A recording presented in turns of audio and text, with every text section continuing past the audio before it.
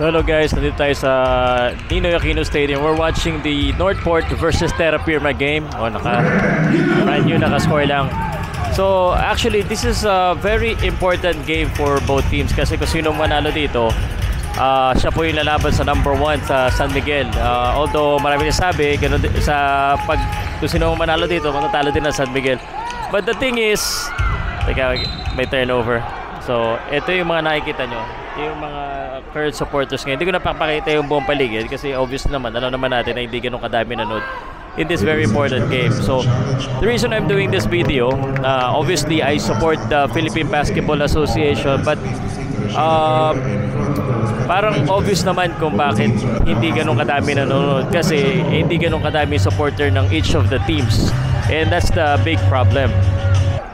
Okay, let's continue. Pinost ko lang kasi may audio. So all I'm saying is that ang mga tao kasi, para sa akin, parang sa boxing man o sa basketball, it's not really the NBA that we're supporting or the PBA. It's the team or the players.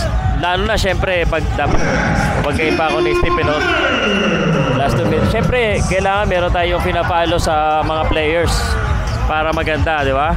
Teka lang, mapakita ko lang sa inyo, exciting kasi yung laruan yun. Dalawa na lang.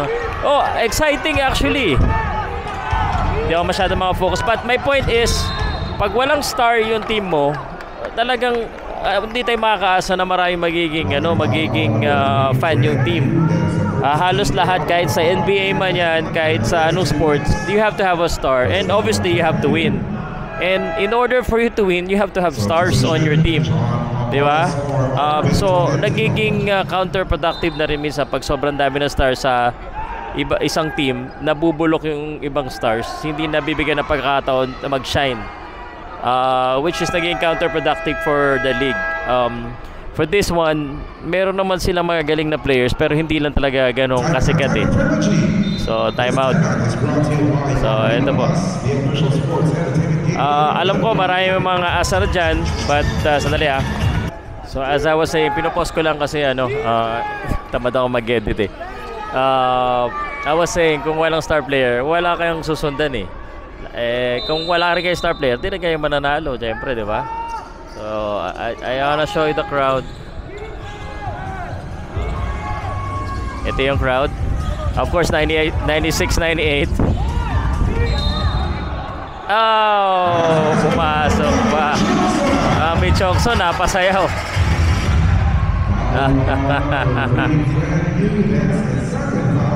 Actually, I like Wamit, Yongson, Stephen Holt of course. Sa dito, yung magaling sa Northport, si Lucero, Tito Lentino, yung dalawang magaling.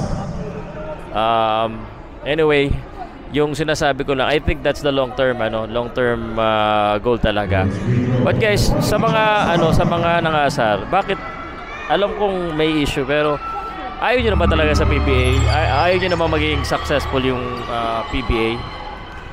That's just a question meron na ba kayong ibang gustong panoodan? I mean, honestly speaking, yung mga swelduhan sa PBA tsaka wala pa naman makakatalo yata dito sa Pilipinas eh.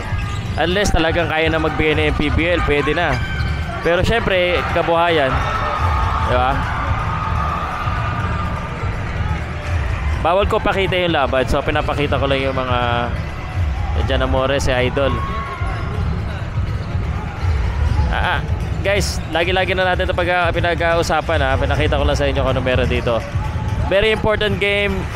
Wala yung mga supporter ng each team, so the team supporter is much more important than the league supporter kasi hindi naman yung mga management na pinapanood yung mga teams eh. I think inuubos na lang ng oras ng Kia. Anyway guys, peace po.